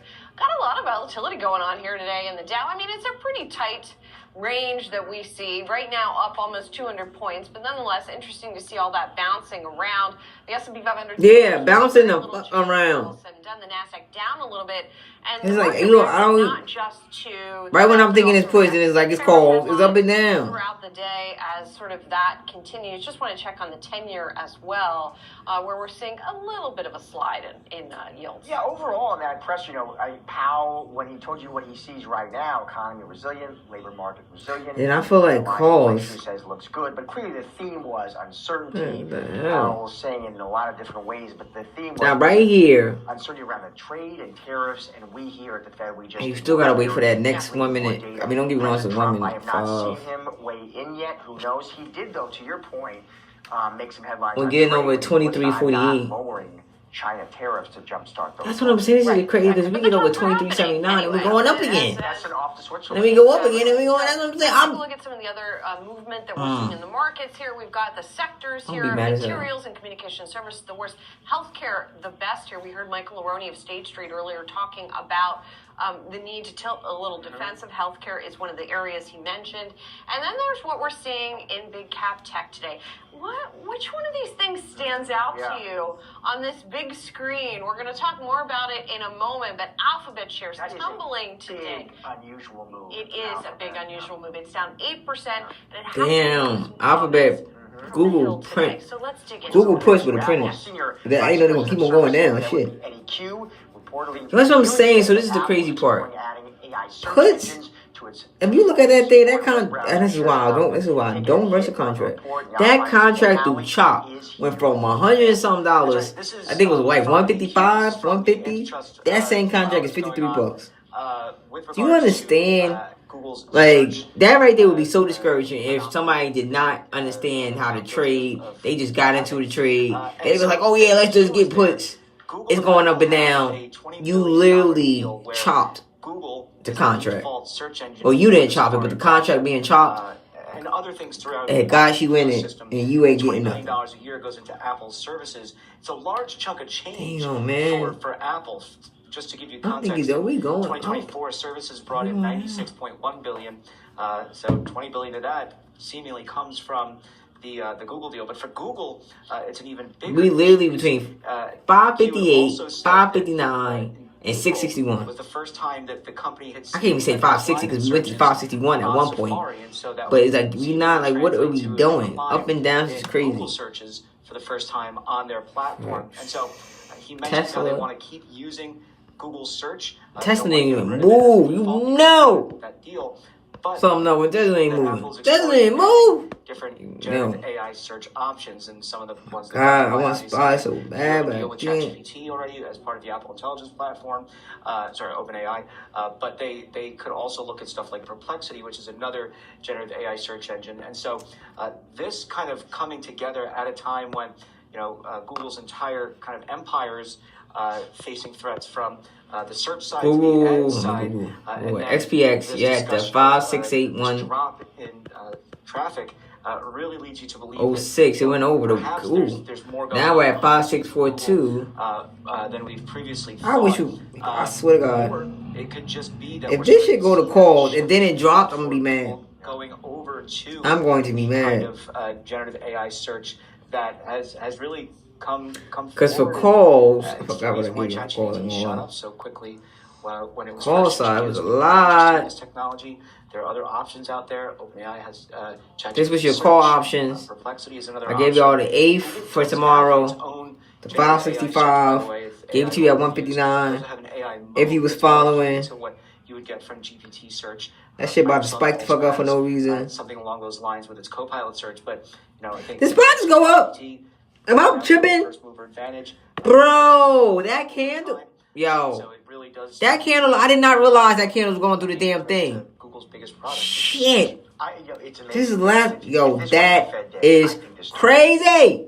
More attention. I mean, the move in Alphabet today, that's a huge. Like, it literally went up. And when you manipulated. Reports, Apple's EQ, Apple's. Yo, that shit, I could get the fuck out of here. Veteran is saying searches on Safari. Bro. First time last month.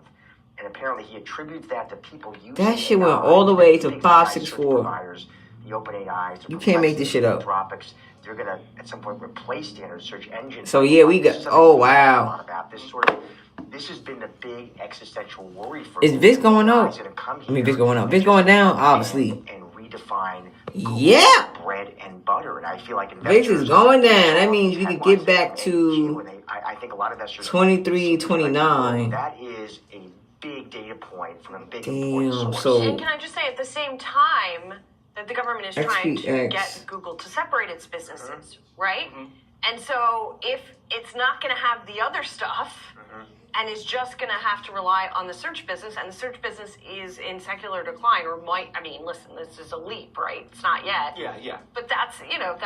What did you make? He was a G Munster, longtime tech analyst. Here's what he wrote on X. He said, the bull That 5750 call, 170, 180, that's for tomorrow. It's going to go down though. Because anytime we hit a high, we're going to come back. That's how it is. So we hitting like this. SPY is just, XPX is going up. Went all the way up and coming right back down. It's no longer that Crazy. So I don't even know if we're going to continue to go up tomorrow or go down. That is crazy. I'm like, I need to take the glasses off. Because I swear to you, I did not realize I'm talking to y'all and I'm not looking at that wick. I'm talking to y'all, telling y'all look at the wick. And I'm looking at the wick and I'm like, oh shit. We ain't call, oh shit. Fair value gap. Oh, what the fuck? Bro. You need to opt into it. So it's not as though that's taking over yet. And again, they still have AI overviews. Yo. I'm looking at a quick reaction from Justin Patterson from KeyBank saying that, So this is the thing. The gap to the upside I was talking about. So 57550 for tomorrow. If you trying to, get it there, it's running you 183, 185. Make sure you put a stop loss. Thing is, stop loss is even if you put it, something happens tomorrow, we wake up, whatever the case is, stop losses, unfortunately, are not executed when the market's not open. So you can put a stop loss all you want. I'm just telling you from experience, and people will let you know. When the market's closed, and let's say if the market was open and would have hit your stop loss and save the trade for yourself, that's not going to happen. If the market's closed, it can't execute a stop loss. So it don't matter if you have it. Wait the fuck up. You can't even. This is what I'm talking about. The moment you be like, so you're supposed to go over to 563.35. You can't even go over to 563.35 because the moment it's like, okay, then it pulls back. Conversation going on around Google and Google search. And so does that then mean that, we'll start to see people that 57, god damn it. To these other, you can't even get the damn because the thing don't pull back. What was the big news when ChatGPT? That shit is crazy. You can't even. Right, and so they had to rush. It goes up and then put like that was that's insane. Now that right there. Now I'm about to start looking at the last 15 minutes because somebody in our group, one of the cousins, she was saying how she knows in the last 15 minutes how SPY and XPX moves. Now this is my thing. I always want y'all to go with an open mind. I was telling her, that's not always the case because of when we had like the Easter week, that Thursday, it was nothing but choppy with SPY, and then that Wednesday afternoon, maybe last half an hour, that 30 minutes of power hour left, it was choppy, But I promise you, this thing went all the way up to 563.80. Came back down. It was impossible. Like we would have had to been in order. Like honestly, when the thing before the fair value gap, that shit went all the way up and it came right back down. Underneath their umbrella, and so it seems as though the FTC kind of lost the appeal here to kind of hold that. What's VIX doing? That shit is invalidating my fucking plan. I'm like, yeah, that 2 calls. Boom, boom. The shit don't went the fuck off. I could even get in this motherfucker. And then I'm like, oh my god. Then it pulls back. And so it's not as though this is. But VIX wasn't already anticipated, but I think this issue with the FTC kind of. If VIX keep going down like this is gonna go up. It's just all green. It's just you really gotta like. And Dan, that 50, that one already went down, which is why you probably want to get the one for the 9th, because that damn thing already went down. AI diffusion rule will not be enforced by the Trump administration when it takes effect on May 15th. We are seeing a sharp upward move in shares of NVIDIA as a result of this. This is being reported by Bloomberg. Again, they are citing people familiar with the matter. They are saying that the administration then plans to rescind some of the AI chip curbs that were put in place. So Navy about to go off because of the news? Let me find out. Basically change the semiconductor trade restrictions and rules here. And it's not clear exactly what the timeline is working at. Oh, okay. So Nvidia going to surge because Trump plans to resign the global chips curbs. They got they friends. That man with now they friends. He up there. I'm not saying he up there with Elon, but John, whatever that man name is, he ain't mentioned nothing over there. Damn, that 120 for May 16 it's only 180, but it got 47 volume. Damn. And would stymie American innovation. We will be replacing it with a much simpler rule that unleashes American innovation. Now we could do the 120. You do the 120 for this week. It's only $50-$60. It's up to you. That's gonna go ahead, and I always say, put your stop loss in. You want about maybe at least 2. But that's a weekly. So what that's gonna happen is if we get the results of this from tomorrow with Nivy, then you're going to see the whole tech sector. So ABGO going to go up. SPY going to go up if it goes up. So interesting that this is happening now. Not just Jensen, some Republican senators. Jensen, that's his name, Jensen. Jensen Wing. Rescinded. The big deal here was that it was going to create 3 different buckets of availability. See, what you call is playing with me because I'm trying to figure out why we not. And then XPX. I ain't with me. Why are y'all playing with me? To be able to get access to chips, and then there's because what just happened? Push the way Push would have got killed initially, and you could just look at the contract. The damn contract don't fucking got eat the fuck up. How we look at a contract that was $100-something, and that contract I don't even know how much it is now, but the damn thing $100-something. That contract got to be like $70. Talk about the value going down, and then Nibby. I mean, I'm going to chart it. I'm just giving you guys the plan out the trade. I didn't even get into Nivy or nothing like that. But if it goes off, especially for next week, that 160, was it 160 or 120? That 120 for next week. It's like 155 now, 158. The 120 for next week, 16 got 49,000 volume. It has 100K open interest. God damn. So I like that. I like that. I'm not in it yet, but I'm looking at it. I hope it don't go to 180 or something tomorrow. I'm gonna be mad as hell. XPX. I'm telling you, I feel like the calls. We may wake up to the calls. What Vic's doing? We're gonna wake up to the calls. So hard to call. That shit was crazy. The last 15 minutes what just happened was the craziest shit ever. The hell was that fucking damn thing on SPY? I'm looking at it and I'm like, I was talking this whole time right here.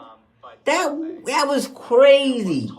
Potentially at one point doing each individual country. And personally speaking, I would not even enter because it was just one can. I always like a rule of 3. So that right there is like, what the fuck? I mean, obviously, when it comes to AI chips, it's no longer just about do people want them? It's should people get them when it comes to Washington? Yes, and really this seems to affect NVIDIA. Now this is the thing, the 5750 call now is like 120, 123. Lots of good here in real time. Well, the Federal Reserve keeping interest rates steady, and Fed Chair Powell highlighting that the central bank's policy is in a good place until further clarity comes amid increased economic uncertainty. I'm thinking, I don't want to be on call and get put in the morning. I'll be mad. Pissed. But I do feel like we get a pullback. So whatever happens tomorrow, you get a pullback. But Nivy. What are you seeing in terms of volatility? What have you been seeing? See, this is the thing about Nivy. Nivy moves and if it moves and if they get something in the morning, I want to catch it. Meaning that we get this continue overnight into the morning. I want to catch that. Oh. But damn it. In the options market this week, we've had options traders coming in and buying puts, and so what we're seeing some short covering. And when you have a Fed announcement and the news isn't worse than was expected, oftentimes you can get that short covering, especially when buyers come in. So I'm looking at placing a butterfly in the SPX with an upper price target around 5,700 for the end of this week as the market digests this move and trades a little bit higher with that short covering. And Danielle, you also say for trade, you like Bitcoin here to the upside. Walk us She through the just trade. said she looking at XPX. It's a butterfly. That's like a it's a strategy. I ain't gonna lie. I only did like twice in my life. Futures, what you're going to see is But make a long story short, if you got the money and you want to do a butterfly strategy, look it up. And if you throw some But she just got her ass. She's saying she looking at an XPX 5700. So I think that is a great long-term price target. I'm talking about probably mid-summer-ish. I don't know what her price target was for that 5700. What I like to do is I like to trade this in the options market. There's an ETF called IBIT that you can trade in the options market that is significantly cheaper, and it allows options traders to get in and trade this ticker to the upside. And so talk to me about the levels that you're looking at with, and I know that when you're looking Who told y'all about IBIT? My price yesterday is not the same price today. I told y'all about IBIT. The lady just sat there. Yo, if somebody don't sit here, and I need to get my license in because I know I ain't crazy. So what kind of I know what they know. IBIT, I need to put these hours back in. This dev stuff got me going backwards in regards to my hours on my stuff. In this case, that's going to be around $65. And so what I like to do is I like to place an at-the-money butterfly. You can also use an at-the-money call debit spread, but essentially what you would do is you would buy the 55 strike and then you would sell the 65 strike because that would be your price target. And then if you want to make a butterfly instead of just a call debit spread, you would buy another strike equidistant. If you want to get into the 120 call for this week, just to ride it, you can. It's up to you. All right, if you want to get into 120, it's only like $72, $73. Usually I'll be like, go ahead and get 3 or 4 of them motherfuckers. It's up to you. 1 or 2, not to go full crazy.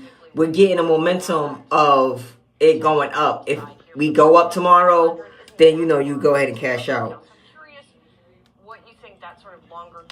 trend looks like given some of the options activity that you've been seeing? Of course. So for me, it really just depends how far this short covering can take us, because what we really need is we need a catalyst to get us through this area of overhead resistance.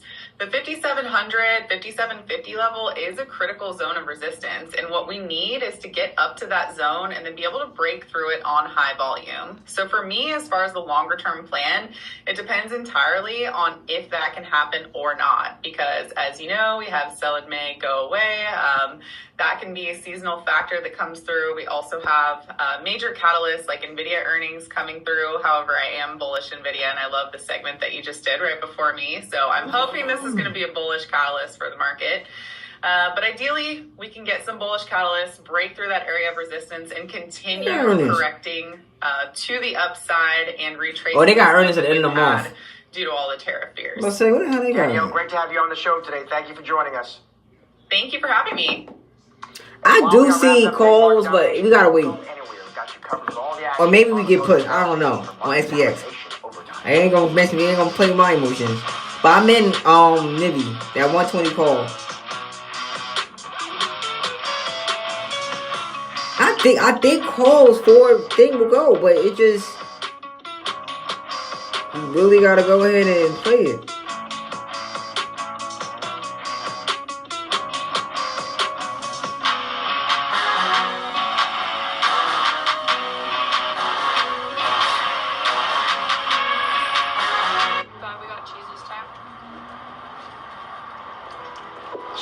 Mom, I have to go. Yeah.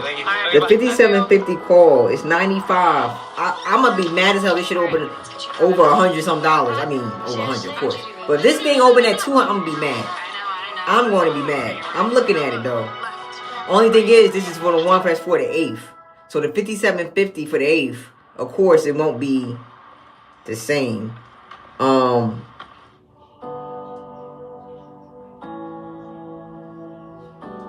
And the reason why is because we keep trying to go back up. The life that you lived before is the life you I don't know how people looking at this. People looking at this like, well, shit. We didn't go ahead and decrease the damn shits. I mean, he didn't increase it. I don't know. But this is trying for 561.95 again. 561.90. Damn, it thing taking off. Anybody getting on 120? The travel site at once. Yo, the 120, I'm already up like I got up 30. That's crazy. No machine is better than I'm saying, there was a long trade. I don't give y'all niggas, okay? I know we be looking at XPX and XPY, but damn it, sometimes you gotta look at it. Yeah. At Harbor Freight. Damn, that shit went up. For just $9.99, try Domino's new Parmesan stuffed crust pizza when you carry out. Shit. Last year, a majority of New Jersey that thing better keep the same energy. And let me cash out tomorrow. If even at the 120 for the 16, but that was $240 then. When I was looking at it, it's what was 180, damn it. Shit. And you won't even know it. That means there'll never be this XPX, y'all, I'm so mad because computer scientists. I'm telling you, if we go down, we can fix it. The first step is knowing there's a problem. Learn more at wakeupcallnj.com. What would you do? I mean, don't get me wrong, that put. MAD is leading the charge to end impaired driving. All the puts and stuff is like 8 up through the chopping of damn contracts. Anybody else? We're up for the challenge. Are you? Join the movement at mad.org. When the everyday excess falls away, and we instead prioritize what matters. Because I'm trying to figure out why that 5475 got so much volume. Full of protein, less the open interest is not good. Sugar, less sets you free. Same thing with the 5490 got a lot of volume. The 5475 put got a lot of volume. The 5500 put. That's the 175 190. That got 5600 volume and 1400 open interest. There's the closing bell on Wall Street. All right, we done. We closed. We out. I think we dropped. I really don't. Unless we pop. I'll start with the major 56195 is going to be a make or break. 562 tomorrow. In the wake of both some trade comments from President Trump. That damn nigga went off. Like, come on. I hate when that happens. How do we go off like that fast? Affecting chip stocks, especially NVIDIA. So I mean, go off, but I'm up like 30.5. Yeah, 43%. Averages after some of them were negative for much of the day. The Dow higher by 285 points or so. That's about 0.7%. The S&P 500 up by 0.4. But all right, y'all, we out. I got class. I gotta get ready. But we will go ahead and I'll be back tonight. So I'm dropping the schedule. What we're gonna start doing is we're gonna go ahead and we studying certain nights. I had to get you guys in the habit. I can't tell you look at this, look at that if we're not looking at a certain time. Now we're not doing this shit every day. But there's going to be certain days where we're coming at night, we're looking at things. Today will be a perfect day. We're going to evaluate what happened, take it all in. I can't call it. It was up and down. I mean, the news he said it was unchanged. So unchanged is not like it's good, but it ain't bad either. But then it ain't what we wanted in regards to him saying we cutting rates. He's like, I can't cut rates because I don't have enough information. I mean, jobs are being added. The inflation, my numbers are saying that it's no sign of anything. But the tariffs is going to cause an inflation. And he needs more data to go ahead and say, hey, we're going to cut rates. Right now, nothing in the economy is showing him a reason to cut the rates. So, till then, I'll see you guys tonight. I don't know what time I'm doing it. I'll announce it. It's definitely going to be after 9:30. Okay, for sure, without doubt. So anytime between 9:30 and 10 o'clock Eastern time. All right, see y'all, love y'all cousins. We out.